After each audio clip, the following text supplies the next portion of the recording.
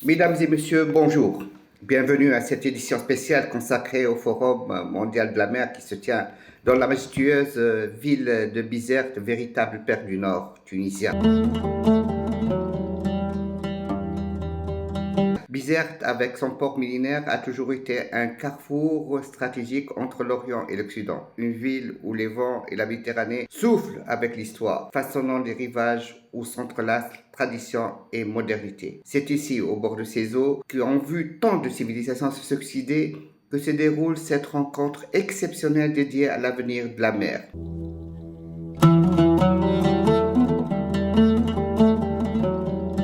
À l'initiative de la Saison Bleue, un mouvement voué à la promotion et à la protection de l'espace maritime tunisien. Ce forum réunit des acteurs de tout horizon, scientifiques, économistes, écologistes, décideurs politiques et passionnés du monde maritime. Leur mission est claire, rendre hommage à la mer tout en trouvant des solutions concrètes pour préserver ce patrimoine inestimable face aux défis écologiques, économiques et sociaux. Parmi les parties prenantes, nous retrouvons les organisations internationales, des ONG environnementales, ainsi que des institutions publiques et privées, toutes impliquées dans la gestion durable des ressources marines. Leur engagement est porteur d'espoir et c'est ensemble qu'ils réfléchiront à la manière de protéger nos océans tout en valorisant les communautés qui en dépendent.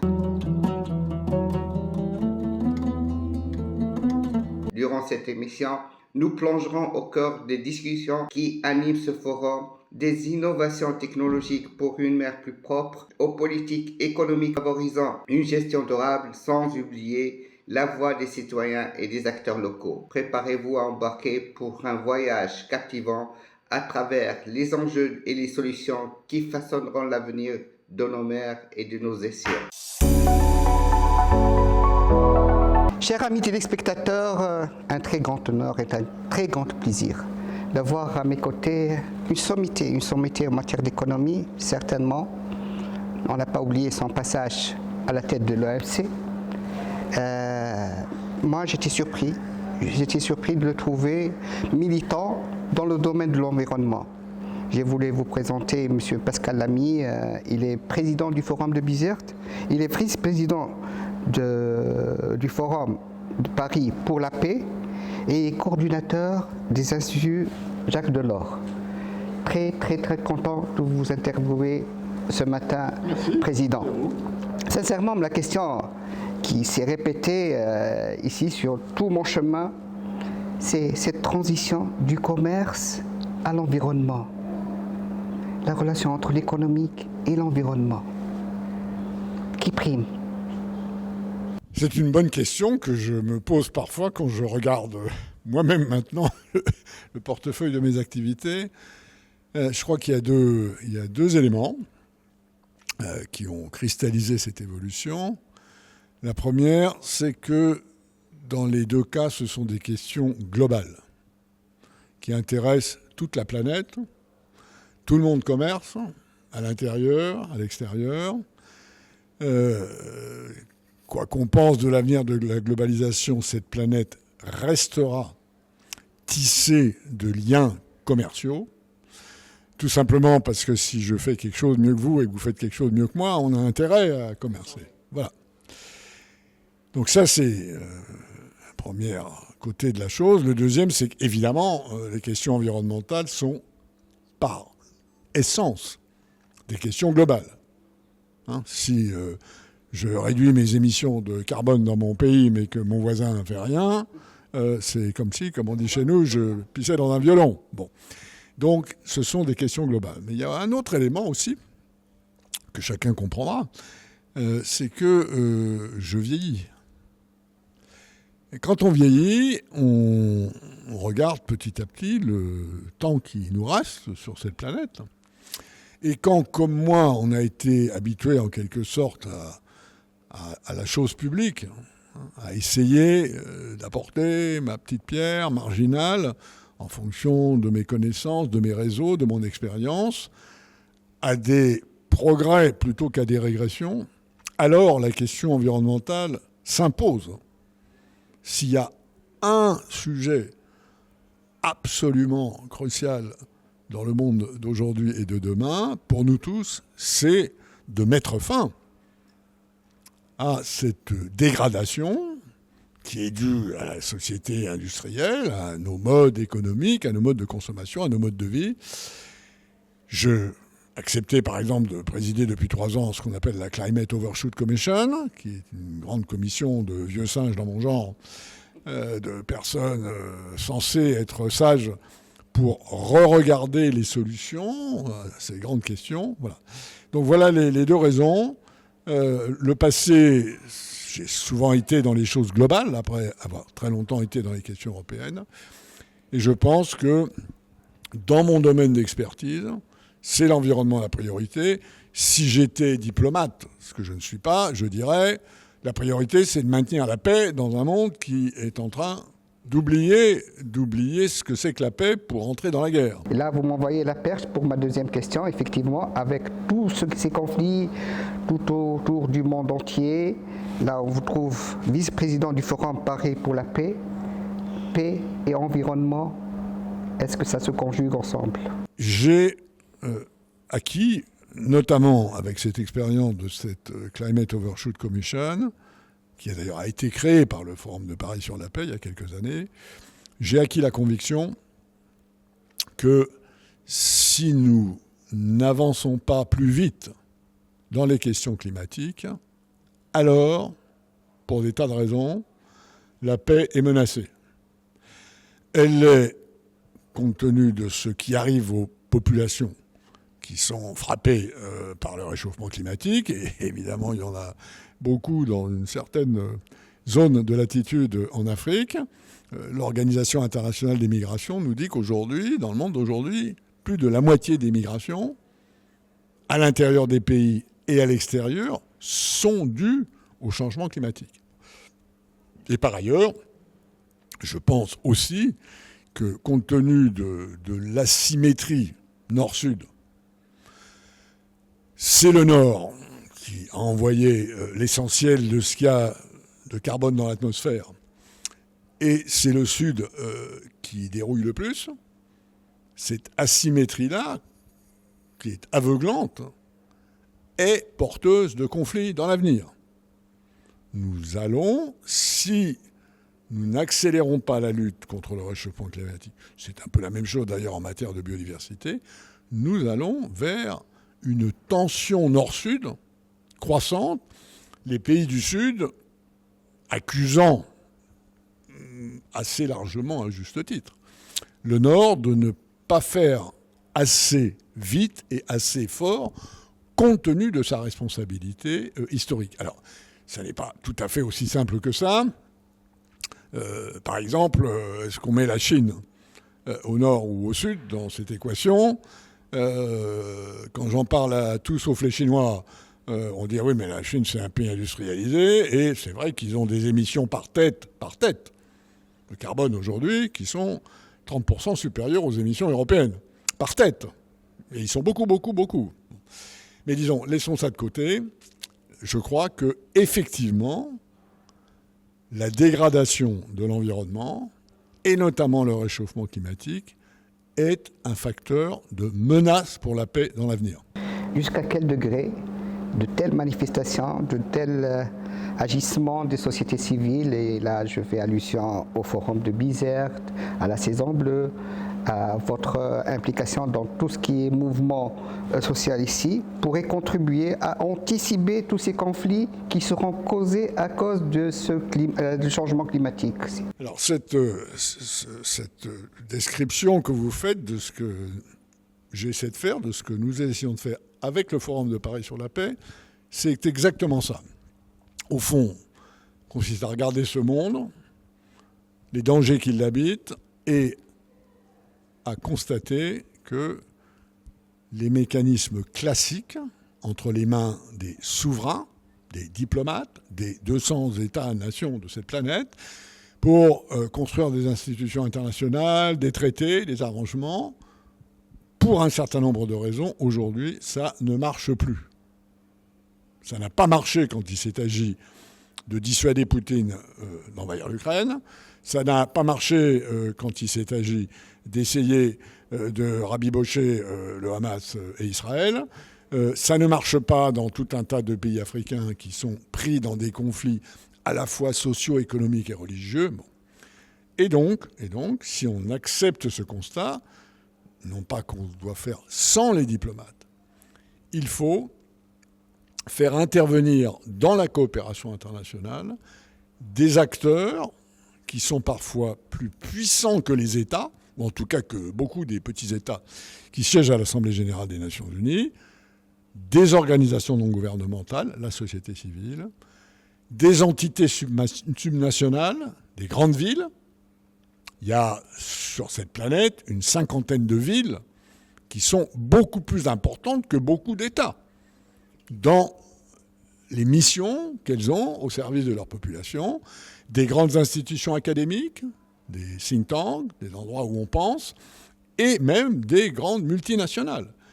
Compte tenu de leur puissance, il y a aujourd'hui 100 ou 150 entreprises sur cette planète qui sont beaucoup plus puissantes que beaucoup d'États. Et donc, la recette que nous proposons au Forum de Paris sur la paix, et qui a donné d'ailleurs un certain nombre de bons résultats depuis 2018 quand on l'a créé, c'est de bâtir sujet par sujet, moment par moment, pas des grandes cathédrales institutionnelles, c'est pas des choses qui sont encore là dans 50 ans, des coalitions entre ces différents acteurs. C'est ce que j'appelle le polylatéralisme, par opposition au multilatéralisme. Absolument. On les met autour d'une table, et s'il s'agit de protéger l'Antarctique, de protéger les enfants sur Internet, de nettoyer la couche basse de l'orbite, d'examiner ce qu'il faudrait comme gouvernance internationale au cas où on aura besoin de la géo-ingénierie pour lutter contre le réchauffement climatique, eh bien, de proposer des solutions que ces différents acteurs ensemble, dans ces coalitions nouvelles, propulsent au niveau international. C'est une nouvelle manière de faire. Je crois qu'elle est indispensable si on veut, en quelque sorte, contourner ce qui bloque aujourd'hui la coopération politique au niveau mondial. Le forum de Bizerte dans tout ça, concrètement, c'est quoi sa contribution? Le forum de Bizerte, c'est un bel exemple de ça. Qui y a autour de la table au forum de Bizerte? Il y a de la société civile, et notamment la Saison Bleue de Rim Benzina, qui a fait beaucoup de progrès depuis 7 ans, hein, puisque ça fait 7 ans que ce forum se tient. Ce sont des États, et notamment la République française, beaucoup les Européens, la Commission européenne, les programmes européens de recherche, et notamment celui que je préside, qui s'appelle Starfish, étoile de mer, sur la régénération de l'hydrosphère européenne et de son pourtour. Et donc le forum de Bizerte est devenu en quelque sorte le correspondant sud de cette grande entreprise européenne. Donc des États, des entreprises, de la société civile, des villes. La ville de Bizerte contribue à ce forum. Voilà un exemple de coalition qui, je crois, commence à donner des résultats. Et quand je vois la dynamique de ces questions océaniques, marines, à l'approche de cette grande conférence des Nations Unies sur l'environnement, sur l'océan, qui se tiendra en juin prochain à Nice. Nice, c'est juste de l'autre côté, hein, par rapport à Bizerte.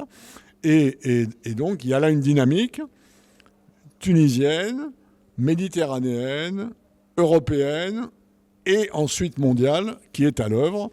Comme quoi, en commençant par un petit forum à Bizerte il y a 7 ans, on a contribué à mettre en place toute une chaîne qui, maintenant, pourra aboutir à des résultats compte tenu notamment de la mobilisation des moyens que l'Union européenne, maintenant, a décidé d'affecter. Par exemple, à la dépollution de la Méditerranée, qui, comme chacun sait, est quand même le problème numéro 1 ici. Alors, son Excellence, qui était mon invité tout à l'heure, l'ambassadeur Karim Amellal, disait que la problématique est loin d'être un problème financier, c'est un problème de sensibilisation. Alors, je pense qu'il a raison. Et d'ailleurs, quand vous regardez ce que fait la Saison Bleue en Tunisie, il y a beaucoup de pédagogie, il y a des choses dans les écoles, on appelle la population à venir nettoyer les plages. C'est vraiment de la sensibilisation, et je suis d'accord avec ça. Et il se trouve que notre bassin méditerranéen commun est habité justement par pas mal de tensions géopolitiques maintenant. Eh bien, l'environnement, cette chose que nous possédons en commun et dont nous devons prendre soin en commun, c'est peut-être une chance de faire ensemble dans l'avenir des choses qu'on n'a pas vraiment réussi à faire ensemble dans le passé. Président Pascal Lamy, merci beaucoup. Très heureux de recevoir aujourd'hui notre ami, mais une compétence tunisienne, c'est une autre vérité en matière de lutte contre tout ce qui est pollution, d'une compétence internationale. Il est DG par intérim de l'Agence de protection du milieu littoral. Je veux citer Si Mehdi Belhach. Marhaba. Merci, je vous remercie. Si Mehdi Belhach, je crois qu'il n'y a pas quelqu'un de mieux placé que vous pour tirer des conclusions et des avantages d'une telle manifestation pour la Tunisie. Au fait, nous sommes à la 7e édition du Forum mondial de la mer Bizerte qui est devenu maintenant une tradition dans notre pays. Et c'est un point très positif pour la Tunisie. On se focalise sur la mer et donc on arrive quand même à travers ce forum de faire entendre la voix de la Tunisie. Ça se passe chez nous.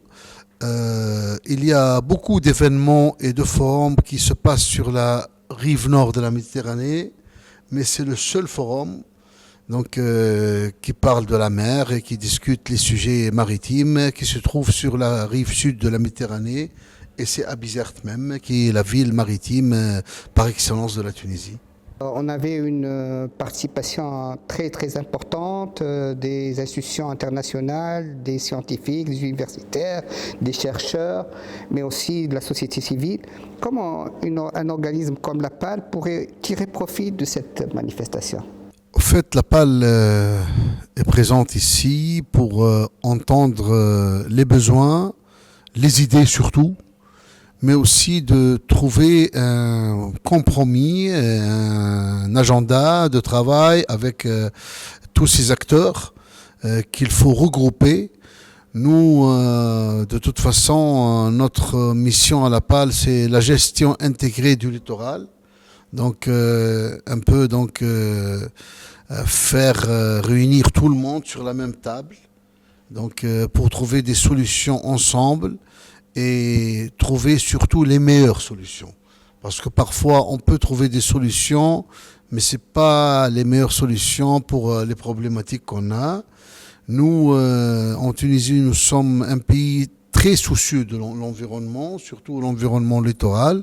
Et pour ceci, on travaille avec beaucoup d'acteurs, dont la société civile, les start-up, les autorités locales et un peu les communes. Aussi, il y a beaucoup d'intervenants sur la côte, comme vous savez, les hôtels, un peu de tout. C'est vraiment une vraie mosaïque, le littoral tunisien. Et pour ceci, on travaille avec plusieurs acteurs. Mais aussi, si on passe à l'échelle régionale méditerranéenne, c'est-à-dire, il faut travailler avec des acteurs méditerranéens. On est un pays en plein centre de la Méditerranée. Nous sommes impactés par les changements climatiques méditerranéens et surtout par la question de l'élévation du niveau de la mer. Nous sommes le pays le plus impacté par l'érosion côtière. Ça ressort du dernier rapport climat et développement de la Banque mondiale décembre 2023. Et on ajoute à ça l'élévation du niveau de la mer. Au fait, on aura un phénomène combiné. Deux phénomènes, deux en un. Et ça va être très dur. Donc, il y aurait le tourisme qui sera frappé, mais aussi, surtout encore plus grave, c'est nos terres agricoles qui ne sont plus exploitables. Tout à fait, Sertif. Je vois que vous êtes bien documenté sur le sujet. Donc, ces deux atouts majeurs, côtiers, dont le tourisme balnéaire et l'agriculture aussi, vont être frappés de plein fouet si on ne fait rien du tout. Donc là, nous avons établi les projections nécessaires pour 2050 et 2100 et on est en train de travailler sur les solutions basées sur la nature. On est très proche de certains pays qui ont beaucoup d'expérience et de savoir-faire dans ce domaine, dans les Pays-Bas. Vous savez qu'ils sont au-dessous de 6 ou 7 mètres d'eau.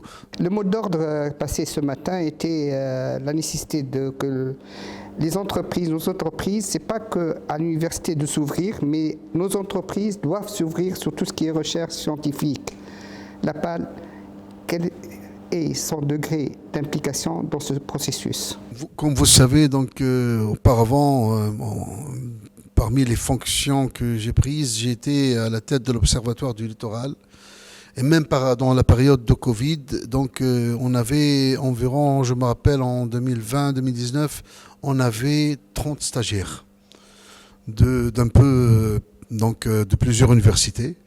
On accepte toujours ces stagiaires.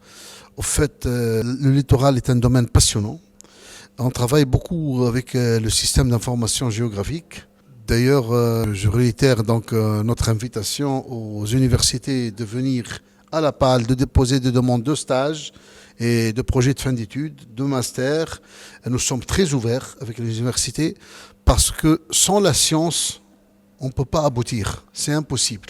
Et nous, à la PAL, nous sommes très conscients de ce sujet.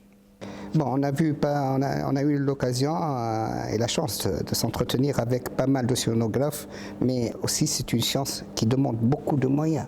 Est-ce que la PAL a vraiment ces moyens pour faire face à ce fléau? En fait, la PAL a des moyens respectables. Donc, nous avons mis en place tout un réseau de mesures océanographiques, des marégraphes et des bouées en mer. Aussi, nous utilisons beaucoup de la télédétection, des systèmes d'information géographique, mais le point faible, je dirais, c'est les statistiques sur des durées significatives. Je m'explique. En fait, pour pouvoir se prononcer sur un sujet, ou bien dimensionner des ouvrages, ou bien traiter un sujet, il faut environ des données d'une durée de moyenne de 30 années, chose qu'on n'a pas. Alors, il faut aller acheter les données de chez les banques de données internationales. Et ça coûte beaucoup d'argent. Il faut chercher des fonds pour aller trouver ça. Vous m'excuserez, mais les États du nord de la Méditerranée, les sources de la pollution, elles viennent de là. Normalement, ils devraient contribuer d'une manière ou d'une autre à financer de telles opérations. Oui, tout à fait. Et c'est pour ça que lors des réunions du plan d'action pour la Méditerranée, quand on est réunis, on essaye donc de les sensibiliser à ça et de nous donner les données dans le cadre de la coopération internationale ou la coopération méditerranéenne. Donc c'est la bonne route en fait, c'est ce qu'il faut faire et j'espère qu'on fera mieux et on aura beaucoup de données parce que les datas sont le nerf de la guerre tout simplement. Il faut avoir les données pour pouvoir se projeter et faire les choses dans les normes. Si Mehdi Belhaj, merci beaucoup, merci d'avoir répondu présent à notre invitation. Gauthier Karl, vous êtes responsable plaidoyer à la plateforme Océan et Climat. J'ai bien prononcé comme ça votre fonction? Absolument. Voilà, donc c'est votre troisième présence au Forum de Bizerte. Alors du premier au deuxième, troisième, il y a une évolution palpable? Oui, absolument. C'est la troisième année que je me rends au Forum mondial de la mer de Bizerte pour représenter la plateforme Océan et Climat, une organisation forte de 100 membres internationales qui regroupe des ONG, des instituts de recherche, des fondations et de nombreux autres acteurs. Et c'est vrai qu'on a vu une vraie montée en puissance du Forum depuis 2022. Parfaitement animé par Rim Benzina, Pascal Lamy, Olivier Poivre d'Arvor, avec à la fois un nombre de participants de plus en plus conséquent et un véritable dialogue des deux rives qui s'est institué. Si on peut avoir davantage d'informations sur votre plateforme? La plateforme Océan et Climat est une ONG qui a été créée en amont de la COP de Paris qui a la singularité d'être un réseau justement fort de plus de 100 membres qui regroupe donc, je le disais, ONG, fondations, aquarium, instituts de recherche, quelques acteurs privés et quelques acteurs publics, et qui a 3 vocations principales. La première, évidemment, c'est de faire du plaidoyer au sein des conventions internationales, et notamment de renforcer les synergies entre ce qui se travaille dans les conventions des Nations Unies pour combattre le changement climatique et celles qui travaillent sur l'érosion de la biodiversité. Le second volet de la plateforme Océan et Climat, c'est celui de la médiation scientifique autour des enjeux océan, climat, biodiversité. Et puis, son troisième champ d'action, c'est évidemment celui de la mobilisation de ses membres. Et on retrouve nombre de ses membres au Forum mondial de la mer de Bizerte. Mais en tant que participant dans ce forum, moi je suis profane sincèrement dans ce domaine. Et mon idée, c'est que tout, presque la majorité, est resté au niveau des slogans. Quel est le rôle ou que peut jouer comme rôle ce genre de forum pour traduire tous ces slogans en résultats palpables du réel? Oui, je pense qu'on a tous les participants du forum ont l'habitude des grandes conférences internationales, des événements de ce type. Et je crois que l'intérêt ici, véritablement, c'est à la fois de permettre ce dialogue entre la rive nord et la rive sud de la Méditerranée, mais aussi de permettre une meilleure coordination de ces acteurs méditerranéens en vue de grands événements internationaux. En 2025 aura lieu la conférence des Nations Unies sur l'océan à Nice. Et l'objet aujourd'hui, c'est bien de pouvoir porter un agenda méditerranéen lors de cette conférence, donc de faire en sorte que la Méditerranée puisse imposer son agenda dans les grandes conférences internationales qui ont trait à l'environnement. Donc c'est une raison de plus pour rester positif, pour avoir du moins une sensation de positif. Oui, absolument. Effectivement, on est tous au forum conscients des enjeux d'urgence écologique, tous conscients que ces slogans ne doivent pas rester des slogans, mais doivent bien être des actions concrètes à entreprendre urgemment pour sauver l'océan, pour sauver la Méditerranée, pour s'assurer que notre trajectoire de réchauffement climatique reste en dessous de ce qui est prescrit par l'accord de Paris. Mais il est vrai que ça commence par des forums comme celui-ci qui rassemble les leaders de la région, de sorte à apporter un agenda collectif qui soit partagé dans ces conférences internationales. Et sur la collaboration Nord-Sud, quel jugement portez-vous ? Je pense que l'intérêt du Forum mondial de la mer de Bizerte, quand bien même on y trouve un certain nombre d'acteurs européens, c'est bien qu'il se déroule à Bizerte, sur la rive sud de la Méditerranée, qu'il donne la parole à un grand nombre d'acteurs méditerranéens, notamment tunisiens. Et cette coopération s'est traduite dans le cadre d'accords spécifiques comme la Convention de Barcelone. Et voilà, je pense que le président du Plan Bleu pourra en dire plus sur le sujet. Excellence Karim Amelal, vous êtes ambassadeur de France en charge des affaires de Méditerranée. Exactement, je pense que la Méditerranée a plus que jamais besoin de toute notre attention. Bien sûr, mais d'abord merci pour votre invitation. Et la Méditerranée est dans un triste état en réalité. La dégradation de la biodiversité, les effets du changement climatique, du réchauffement climatique, 20% plus sévère, plus élevé que partout ailleurs sur la planète en Méditerranée. On en voit les effets chaque année, chaque été maintenant. La destruction de la faune et de la flore, la destruction de la biodiversité sur les littoraux. Bref, on peut multiplier les exemples qui illustrent le piteux état dans lequel se trouve aujourd'hui non seulement la mer Méditerranée, mais également, et c'est peut-être le plus important parce que c'est là que nous vivons, nous ne vivons pas dans la mer, mais nous vivons sur les côtes, l'ensemble des littoraux. Donc tous les pays de la Méditerranée, au nord comme au sud, sont concernés par cette problématique. C'est vraiment aujourd'hui le sujet, l'enjeu qui nous réunit le plus. Bien sûr qu'il y a des problèmes géopolitiques, il y a des crises, il y a des tensions, mais ce qui nous réunit, c'est l'urgence de la situation et l'urgence face à la nécessité de trouver des solutions pour qu'on arrête la dégradation de cette mer, parce que si on continue dans cette voie, très honnêtement, et beaucoup d'études l'illustrent, le démontrent, la Méditerranée sera une mer morte d'ici 2050 selon certaines études. C'est-à-dire qu'il n'y aura plus ni faune ni flore et ce sera la mer, l'équivalent de la mer morte. Ce serait évidemment catastrophique pour chacun d'entre nous. Là encore, une fois, il n'y a pas de différence entre les pays européens et les pays de la rive sud. C'est exactement pareil. Donc nous devons agir. Mais là, les premiers signes de cette mort, déjà, on commence à les vivre, même du côté sud de la Méditerranée. C'est une mort, si on ne fait rien, c'est une mort annoncée, c'est une mort programmée. C'est-à-dire qu'on voit chaque année, chaque jour aujourd'hui, en se baignant, en mangeant du poisson, parce qu'il y a beaucoup de choses qu'on ne sait pas, qu'on ne voit pas. Quand on mange du poisson, en réalité, on ingère des millions de microplastiques. La Méditerranée, c'est la mer où il y a la plus forte concentration de microplastiques au monde. Quand vous buvez la tasse en vous baignant, ça a l'air de rien, vous toussez un peu, mais en fait votre corps ingère, absorbe une quantité considérable de microplastiques qui ensuite vont se loger dans votre corps, dans votre peau, dans votre sang, etc. Avec des ravages à long terme qu'on ne connaît pas, hein.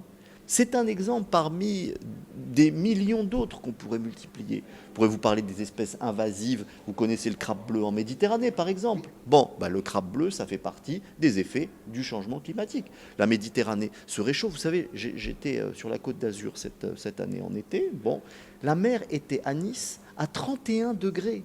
31 degrés. C'est-à-dire que c'était même pour moi déplaisant. J'avais l'impression d'être dans une baignoire. Imaginez les effets sur la faune et la flore, sur les algues, sur les éponges, sur les poissons, et leurs conséquences sur le littoral, conséquences sociales et économiques de l'augmentation de cette température. 31 degrés. Ça veut dire concrètement que tout ce qui se trouve à moins de 20 mètres, jusqu'à 20 mètres de profondeur, meurt. C'est tout. C'est simple. Les poissons, les éponges, les étoiles de mer, les oursins, etc., etc., etc. Donc les pêcheurs n'ont plus de job et n'auront plus de job. Nous, on ne mangera plus de poissons. Quand on en mangera, il sera infesté de microplastiques. Bon. Les effets économiques seront catastrophiques sur les littoraux, avec en plus une température qui s'élèvera. On en voit l'effet. Vous voyez bien les canicules que nous avons en Tunisie en particulier. Je ne sais pas combien il faisait. Non, mais c'est voilà. Donc, et c'est pareil sur la rive nord. Hein. C'est pareil dans le sud-ouest de la France, à Perpignan. C'est pareil à Nice. Il faisait des températures qui sont terribles. Nous ne sommes pas armés, nous ne sommes pas outillés pour nous adapter aujourd'hui face à ces effets-là.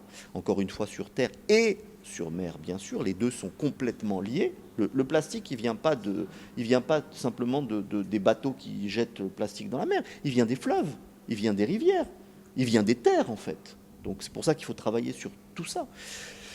Donc la Méditerranée, c'est pas qu'elle est en mauvais état, c'est qu'on est en train de programmer sa mort. Et chaque jour qui passe, on avance vers cette mort-là. C'est tout. Donc là, on agit ou on reste spectateur de cette mort annoncée. Excellence, vous allez parler de combat, mais malheureusement, le constat est que ce combat n'est pas engagé de la même force par toutes les parties prenantes à la Méditerranée. Nous sommes copropriétaires de cette mer, tous, les Européens, les Nord-Africains, les proches orientaux, les Libanais et autres, les Israéliens, les Palestiniens évidemment. Nous sommes copropriétaires de cet espace. Mais nous regardons, comme le disait le président Chirac il y a de nombreuses années, la terre brûle et on regarde ailleurs. Là, la Méditerranée meurt et nous regardons ailleurs. Et quand on dit la Méditerranée meurt, ça, vraiment, il faut que les gens comprennent. Ça n'est pas, parce qu'on dit, bon, là, c'est la mer, quoi. Bahar, bon, on ne va pas se baigner, quoi. À la limite, ça va être plus chaud, et alors Umbad, ça va être plus chaud. C'est bien, c'est mieux, tant mieux, personne ne se plaint de ça. Ce qu'on ne voit pas, c'est la destruction des emplois, c'est le chômage, c'est la baisse de pouvoir d'achat, c'est le fait qu'on ne va pas pouvoir sortir de chez nous en été, ce qui est déjà un peu le cas. On ne va pas pouvoir aller travailler. La mer Méditerranée, l'espace méditerranéen concentre 30% du trafic mondial. Ça concentre 20-25% du tourisme mondial, dans une zone qui est déjà hyper concentrée et hyper dense. Bon, vous ajoutez à ça une élévation de la température avec toutes ses conséquences, comme on l'a dit, c'est un espace qui va devenir, je le dis franchement avec un seul mot qui résume tout, invivable. Vous avez entièrement raison, Excellence, sauf que le combat, comme vous voulez l'appeler, nécessite un financement. Et le débat aujourd'hui, qui va financer ce combat? Est-ce que parce que les gens du Sud disent que les vrais pollueurs, ce sont les gens du Nord, et il n'y a pas de raison pour que l'on contribue à payer ou à résoudre la faute des autres? Je vais vous dire, le problème, on le sait bien maintenant, ça n'est pas un problème de financement. Les bailleurs multilatéraux, la Banque mondiale, la Banque européenne, la BEI, la Banque européenne d'investissement, le secteur privé, les États, l'Union européenne, même dans les États du Sud, il y a des financements. Il y a des financements. Le problème n'est pas de trouver des financements. Le problème, c'est de trouver des projets qui appellent ces financements. C'est un problème de conscience. C'est un problème de sensibilisation des pouvoirs publics. Pardon, mais les opinions publiques ne sont pas vraiment conscientes de ça, et je vous le dis franchement, en France c'est pareil, regardez, en été on va se baigner, la Côte d'Azur, c'est formidable, la mer elle est chaude, donc j'entends les gens qui disent « Ah c'est formidable, la mer elle est chaude, qu'est-ce que c'est agréable ». Bon, on est à des années-lumière de ça, et c'est pareil évidemment sur la rive. Donc les citoyens ne sont pas alertés, ne sont pas sensibilisés à ça suffisamment. Ils ne sont pas sensibilisés, donc ils ne font pas pression sur les gouvernements. Les gouvernements, je le dis franchement, les gouvernements n'ont pas pris la mesure de la catastrophe qui arrive pour eux, en termes de destruction d'emplois, en termes d'économie, en termes de conséquences sociales. Ils regardent ailleurs, tous autant qu'ils sont. Et alors il y a des États, franchement la Tunisie d'ailleurs est un des États où la prise de conscience est aujourd'hui au Sud la plus rapide. C'est pas tout. La preuve en est le Forum mondial de Bizerte, notre interview, je rencontre régulièrement les officiels. Il y a une prise de conscience tout simplement parce que la Tunisie est en première ligne. Le stress hydrique, les canicules, la raréfaction de l'eau, il n'y a plus d'eau. Il n'y a pas d'eau dans les barrages, il n'y a pas d'eau dans les nappes phréatiques, il ne pleut plus. Et vous voyez les conséquences que ça a sur le tourisme, sur tout ce qu'on veut. Donc la Tunisie, prise à la gorge en réalité par ces problèmes, se dit, et c'est normal, et c'est bien, il faut agir. Bon, comment on fait? Il faut s'organiser, il faut une stratégie nationale de l'eau, ce qui est en train d'être mise en place, etc. Mais il y a d'autres pays de la région, et pour des raisons parfaitement légitimes. Il y a la guerre à Gaza, la situation en Libye, la situation en Syrie, et on peut multiplier les exemples, qui regardent, et c'est normal, qui regardent ailleurs, qui sont pris dans des difficultés terribles, qui les empêchent d'agir, de s'organiser pour faire face à ce sujet. Mais si on ne fait, encore une fois, si on ne fait rien, et ce n'est pas une question d'argent, c'est une question de volontarisme politique. Si on ne fait rien, nous allons, tout après on peut décider que c'est bien, hein, nous allons tout droit à la destruction de la mer Méditerranée et de l'ensemble des écosystèmes du pourtour méditerranéen. Et malgré tout ça, Votre Excellence, vous restez optimiste? Oui, je reste optimiste parce que justement, et c'est d'ailleurs quand je suis un peu pessimiste, je viens en Tunisie.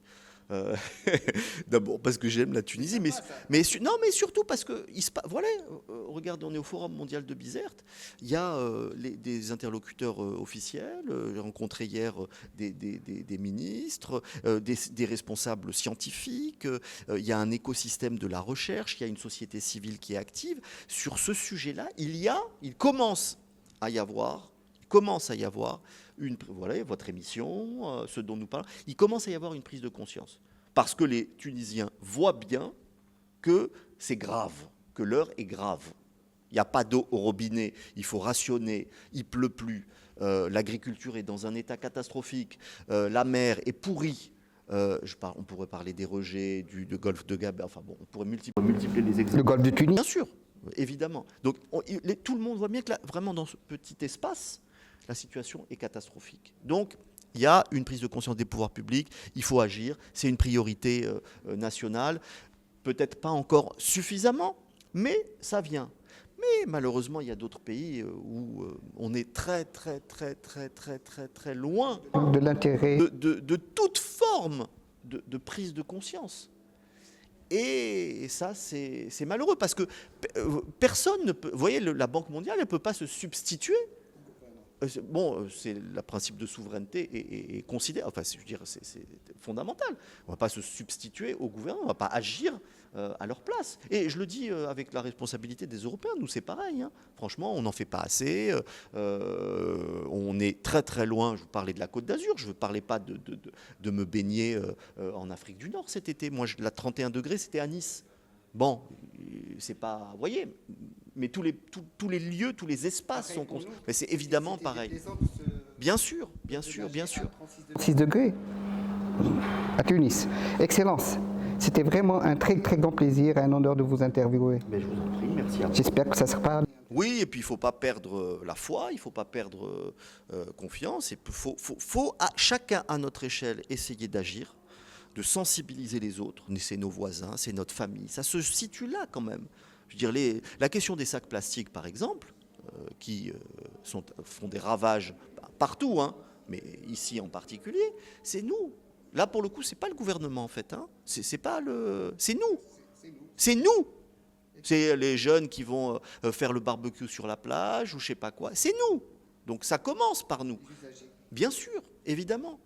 Et donc nous devons être sensibilisés à ça. C'est pour ça que votre émission est très importante. Nous devons alerter les pouvoirs publics. Nous devons nous engager chacun sur ces sujets-là. Et bon, c'est pour ça que je reste optimiste. On y arrivera. Mais il faut se bouger et rapidement. Inch'Allah.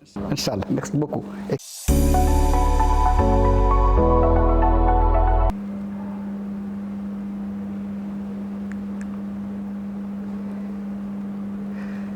Alors, on continue ce voyage avec le Forum de Bizerte, avec une belle découverte, une belle rencontre.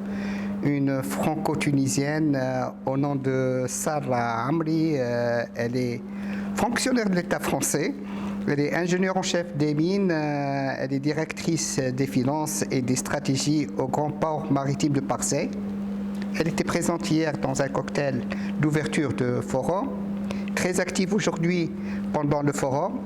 La question est, c'est quoi le but de cette présence d'une institution comme le port maritime de Marseille dans un tel forum? À l'invitation du Forum mondial de la mer Bizerte adressé au Grand port maritime de Marseille, il était évident pour nous de participer à cette initiative pour plusieurs raisons. La première, c'est notre engagement passé sur les questions environnementales et d'acceptation sociétale de nos activités qui sont qui sont connexes. Et puis notre rôle également majeur en tant que grand port maritime de Méditerranée, premier port français. On a une ouverture sur la Méditerranée, des liens historiques avec notre hinterland maritime méditerranéen et notamment la Tunisie. Et puis à titre personnel, une évidence puisque je suis métlinoise, donc de l'autre côté de Bizerte, pas très loin pour ceux qui connaissent. Quand on connaît le patrimoine naturel de Bizerte et de sa région, c'est une évidence que la genèse de ce forum soit bizertine, en espérant que son action dépasse largement le territoire. Il me semble que c'est le cas. Parfait. Donc, on a entamé les travaux de ce forum. Certes, vous avez une première impression. Quelle est votre première impression sur ce forum? Ma première impression, c'est un panel très varié de parties prenantes au sein de la saison bleue, du Forum mondial de la mer, qui représentent différentes institutions, de la recherche au monde associatif, au monde économique, des messages adressés à l'international pour la préservation de notre patrimoine commun qu'est la Méditerranée, auquel je souscris parfaitement et auquel le port maritime de Marseille souscrit évidemment. Et je pense qu'il y a une courroie de transmission à faire des messages politiques vers les actions concrètes. Et notre participation aujourd'hui en tant que grand port maritime et en tant que... c'est d'être à l'avant-garde de pas mal d'avancées techniques en matière de préservation environnementale, et si on peut apporter notre pierre à l'édifice en partageant des actions concrètes qu'on fait d'ores et déjà et qu'on compte faire demain dans le cadre de notre projet stratégique et dans le cadre de notre cap à 2050 qu'on se fixe. Si on peut les partager, les promouvoir, on en sera très heureux et on aura participé à la préservation de ce patrimoine exceptionnel. Vous parlez de partage. Est-ce que vous avez prévu des conventions de partenariat avec vos similaires tunisiens? Alors à ce stade, elles ne sont pas prévues. Je sais qu'il existe de la collaboration technique portuaire et qu'on peut apporter une aide technique aux ports africains. Ça s'est fait dans le passé. Et je pense qu'il est peut-être temps d'y réfléchir à nouveau. Effectivement, alors le port de Marseille, si je peux citer quelques actions concrètes, on a investi plusieurs centaines de millions d'euros en matière de transition écologique au sens large, à travers des offres d'avitaillement décarbonées ou moins polluantes, GNL pour la flotte qui peut venir s'avitailler à Marseille, On a un certain nombre, presque maintenant une dizaine de postes à quai qui permettent aux navires, quand ils stationnent à quai, de se connecter électriquement et de ne pas recourir à des groupes électrogènes pour... parce que vous savez, les bateaux, quand ils sont stationnés, amarrés, ils ont besoin d'avoir de l'électricité, évidemment. Et le recours à un groupe électrogène, c'est des hydrocarbures et c'est polluant. Et on propose des connexions électriques pour ces navires qu'on appelle CENAC. Et on est à l'avant-garde de ça. Ce sera une obligation en 2030 pour les navires de se connecter électriquement pour ne pas polluer. Ce sera une obligation européenne. Mais nous, on a été à l'avant-garde et ça a été lancé dès 2016-2017, ces actions-là. Plusieurs centaines de milliers d'euros. Tunisiens, si jamais ils veulent... Il me semble que la CTN, d'ailleurs, a lancé un appel à projet au printemps dernier pour électrifier le Tanit. Mais alors, à vérifier avec eux. Mais oui, tout à fait, ça s'offre. C'est une offre pour tous les navires, toutes les compagnies, et maintenant charge justement aux armateurs et aux compagnies de se doter de navires compatibles. L'absence de ces conventions, comment on l'explique? Est-ce que par faute d'intérêt de la partie tunisienne? Je ne suis pas compétente sur cette question. Il faudrait approfondir le sujet. Moi, je vois tout à fait l'intérêt. Et après, vous savez, c'est parfois c'est l'opportunité qui ne s'est pas créée. Et si elle se crée demain, je suis certaine que les ponts se créeront. Mais hier, vous avez eu un discours alarmant. Il faut qu'on en parle quand même. Vous êtes tunisienne, vous revenez presque très souvent en Tunisie et vous avez des craintes pour vos enfants.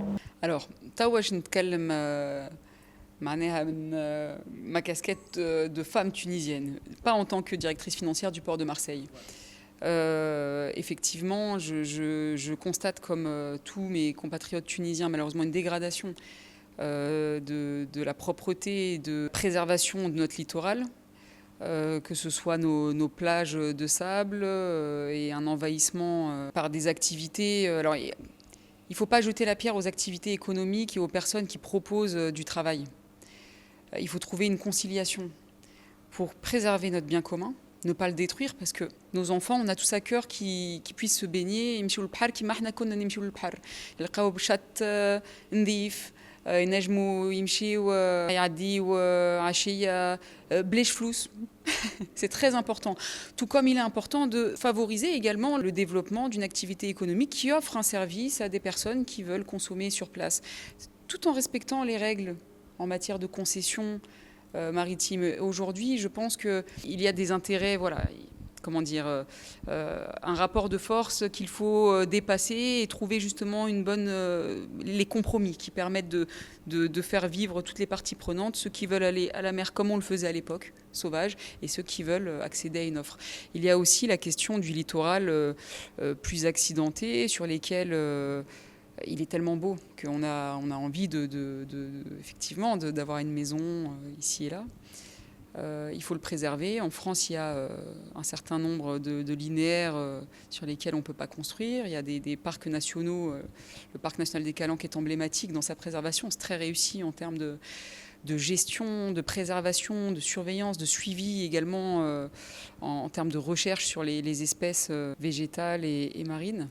Et je pense qu'il faut vraiment moi, ce que je pense sincèrement, c'est que je pense qu'il faut qu'on prenne conscience, et je suis certaine que tous les Tunisiens en ont conscience, on n'a aucune leçon à apporter, ça c'est évident, de la mer en tant que bien commun, et de notre littoral en tant que bien commun qu'on doit absolument préserver, sur lequel on ne doit pas faire d'actions irréversibles qui empêcheront demain un tourisme écologique.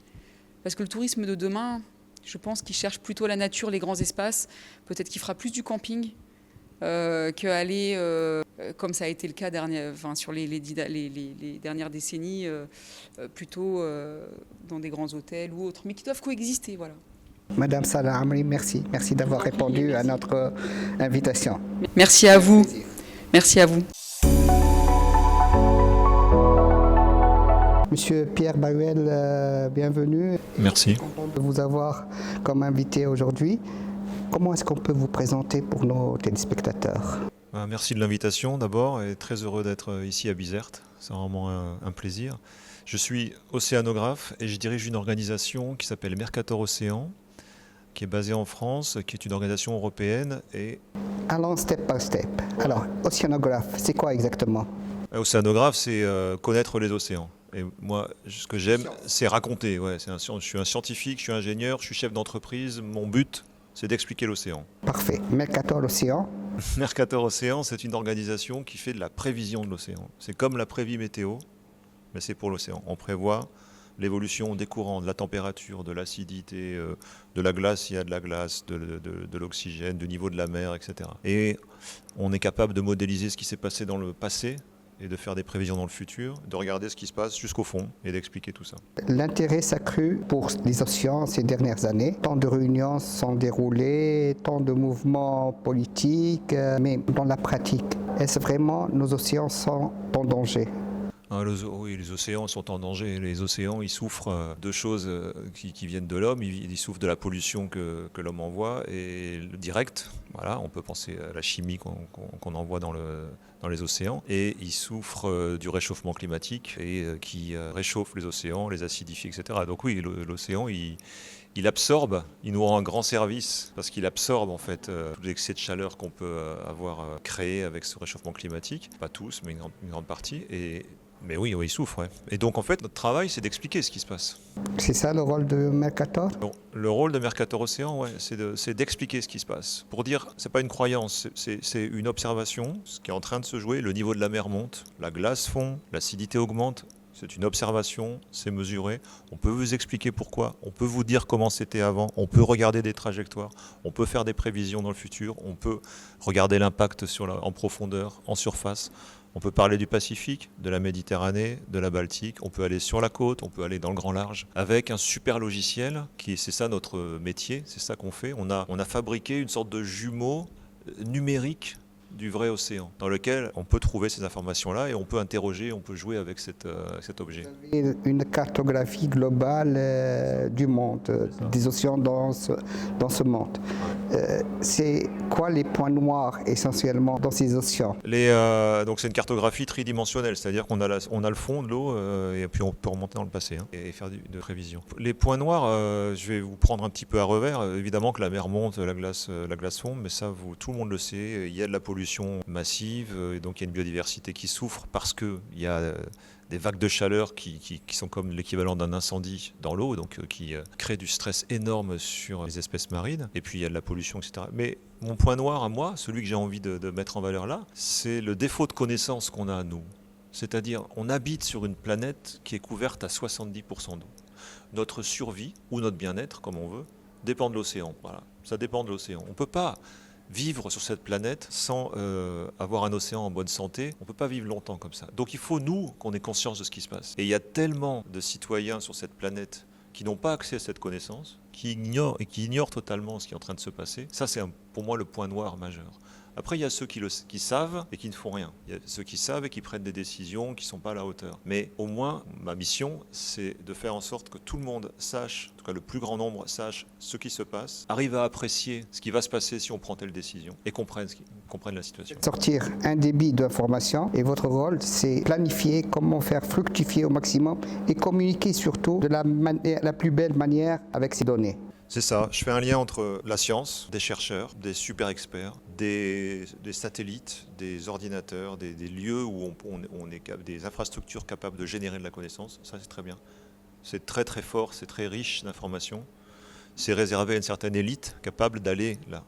Moi, je fais le lien entre ça et la vie d'un politique qui prend une décision pour son pays ou pour un continent, d'un citoyen qui prend une décision pour sa propre vie dans sa journée, acheter ou pas une bouteille en plastique.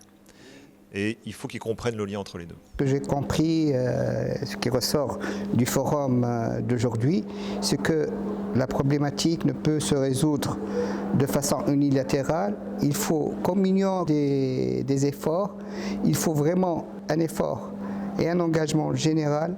Est-ce que Mercator a tissé des relations avec la société civile, avec des partenaires pour renforcer sa situation? Mercator, oui, d'abord c'est très juste ce que vous dites, c'est que la situation, elle ne peut se construire que si on invite tous les partis autour de la table.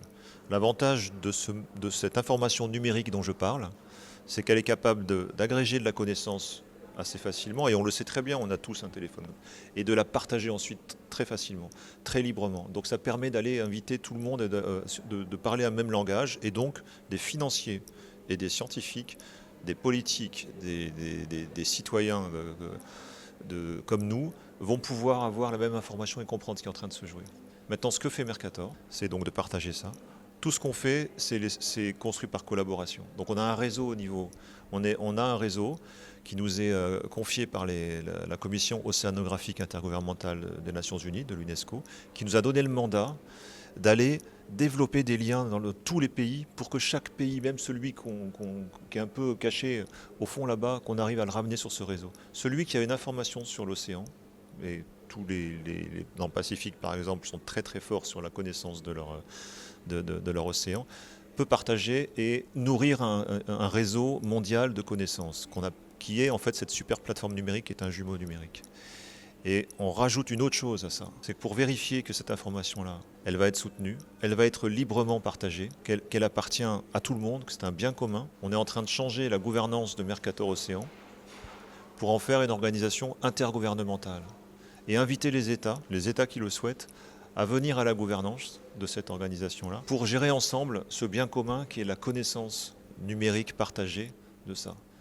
La connaissance des data, dont on parle beaucoup, et des outils d'aide à la décision qu'on va pouvoir développer pour aider à prendre des décisions vertueuses en connaissance de cause. Et donc ça, c'est ce qu'on essaie de faire, enfin ce qu'on va faire converger pour arriver à la conférence des Nations Unies en juin 2025, avec un projet d'organisation et une décision de création de cette organisation intergouvernementale, avec des premiers pays qui sont déjà engagés là-dessus. Un jumeau numérique et une plateforme qui a commencé à tourner et qu'on va mettre au niveau pour avoir justement cette capacité à décrire.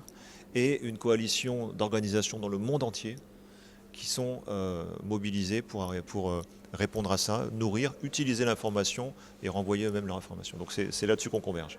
L'interface océan-mer, il y a une influence. Oui, bien sûr. Et quand on s'occupe des océans, on ne peut pas se contenter des océans seulement. La Méditerranée est une mer qui est fondamentale dans tout mon réseau. Donc on a commencé, nous, à travailler en Méditerranée. Ensuite, on a rajouté le Proche Atlantique, on a rajouté la Baltique, et puis après, on a fait au niveau mondial. Mais on va travailler. Et c'est intéressant ce que vous notez, parce que bon, la Méditerranée est vraiment complètement dans notre système, mais celui qui veut faire quelque chose sur le golfe de Gabès, par exemple, et qui a la capacité à aller développer son propre système local de modélisation numérique, un petit jumeau numérique, parce qu'il est très fort dans sa connaissance de ce lieu, qui est très spécifique, il connaît exactement chaque rocher, ce qui s'y passe, chaque courant. Il va être capable de faire ça, ce sera la meilleure équipe certainement pour faire ça, et le connecter à une version Méditerranée, elle-même connectée à une version monde. Et donc tout ça va circuler librement. C'est ça la beauté du numérique, c'est ça l'outil qu'on essaie de pousser, que toute cette information, cette data, cette connaissance puisse librement circuler du local au global, du global au local. Alors, moi, je travaille avec une information, et j'aime beaucoup ce modèle, qui est libre et gratuite. Tout le monde peut l'utiliser. Donc c'est libre et gratuit, donc il n'y a pas de magie, c'est la Commission européenne qui soutient cette activité-là. Et Mercator Océan est une organisation qui est très largement soutenue par la Commission européenne. On est délégataire de services pour eux, et donc on travaille au nom de la Commission européenne quand on met en œuvre tout ça. Donc cette information, elle est librement partagée, tout le monde peut l'utiliser. Avec une conviction profonde, c'est que ça va créer de la connaissance, ça va créer des usages, ça va créer des métiers, ça va créer de l'activité économique. Quelqu'un qui veut créer sa société pour faire de l'optimisation d'un routage de bateaux, par exemple, peut le faire à partir de ces données qui sont gratuites, des données de courant qui viennent de chez nous. Et on a des milliers d'abonnés, ça marche très très bien. La question que vous posez, comment en faire un bon usage, ça veut dire qu'on pourrait aussi avoir des gens qui vont créer de la surpêche avec ça. Il y a une question éthique qui est posée, il y a des questions de sécurité. Qu'est-ce qu'on fait, à partir de quand on doit... Et donc nous, c'est pour ça que vous faites appel au gouvernement. Donc nous justement, on dit, voilà, on place ça au niveau des États. On ne rentre pas dans une logique privée d'intérêt économique, on a intérêt de bien commun, et on fait confiance aux États pour protéger le bien commun. Et ensuite, on investit encore et encore, on parie sur l'intelligence, on explique. On ne dit pas juste, voilà la température et les courants. On dit, voilà la température et les courants. Si on regarde l'impact de cette information-là, si on va pêcher ici alors qu'il y a des larves de poisson, voilà l'impact. Si on met du plastique ici, à cet endroit-là, alors voilà l'impact sur l'écosystème. Et donc on explique encore et encore les impacts de telle et telle décision en faisant appel à l'intelligence de celui qui utilise cette information-là. C'est un choix. Et pour l'instant, ça ramène beaucoup d'informations qui sont très grande qualité. Troisième forum de la mer, forum mondial de la mer à Bizerte. Des leçons à tirer? Je viens d'expliquer au forum quelque chose qui pour moi est un point de bascule. Quand je suis intervenu la première fois, on a fait des promesses un peu en disant voilà, cette histoire que je vous raconte, je l'ai racontée en disant voilà, on va faire des belles choses, ça va être bien. Ça coûte pas cher les promesses. L'année dernière, on avait un thème qui était la Méditerranée en ébullition et j'avais ramené des simulations numériques qu'on fait avec nos systèmes pour montrer les vagues de chaleur, pourquoi il y a des grands incendies. Donc c'était une séquence qui était, voilà, j'ai réussi au niveau européen, au niveau international, à ramener plein d'informations, à connecter. Et donc on était en cinéma, voilà, tout le monde peut regarder un grand film pour comprendre un peu ce qui se passe.